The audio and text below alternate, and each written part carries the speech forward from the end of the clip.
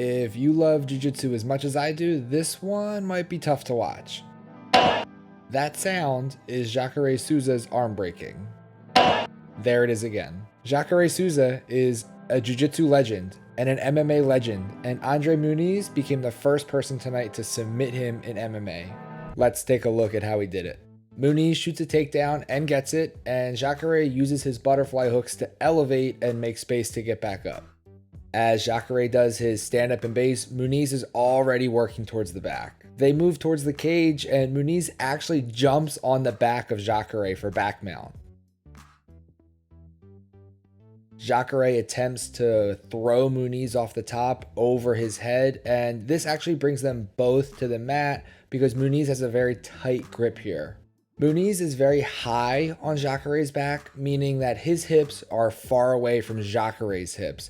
Muniz's hips are actually closer to Jacare's head. Jacare is continuing to try and buck Muniz off the top, and he puts his hand on the mat here to help bring his hips up, hoping Muniz will fall off the top. To help understand how that break happens, let's rewind just 1 second back to when they were still standing.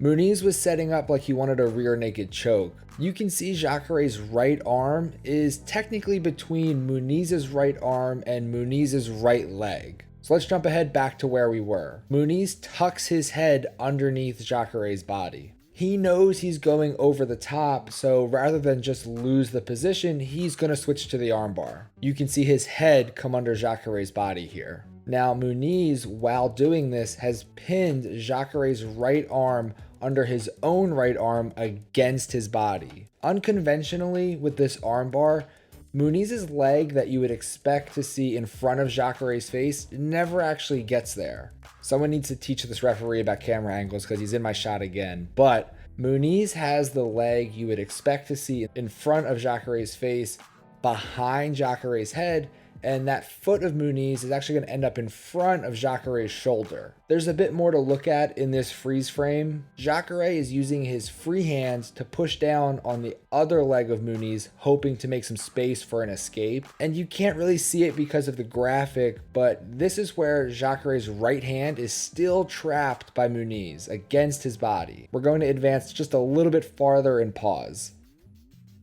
Look at where Jacare's thumb is. His palm is up and his thumb is pointed back towards his butt. Muniz drives his hips into Jacare's elbow in the opposite direction of the direction that Jacare's thumb is pointing. That sounds complicated, but Jacare's elbow is going in the other direction than his hand. Muniz arches his back for more power, and it's just more than Jacare's bone can take. Let's watch it again. As Muniz comes over the top, he keeps Jacare's right arm isolated, drives his hips in, arches his back, and snaps Jacare's arm. Like I said at the top, Jacare is a legend, and if I seem somewhat subdued doing this video, it's not super fun because I'm a big fan of Jacare, and you hate to see anybody injured, but especially a guy that I really like and a jiu-jitsu legend. Jacare actually had his arm broken before, back in 2005 at the Mundials. Andre Gracie broke Jacare's arm in a match that Jacare still won.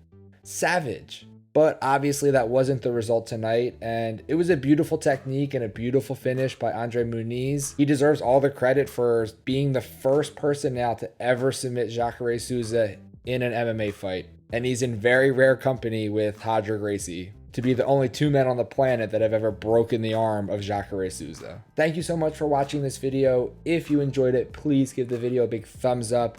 While you're down there giving it a thumbs up, why not subscribe to make sure you don't miss any of the content we have coming in the next few weeks. Thank you all so much for watching, and I'll see you in the next video.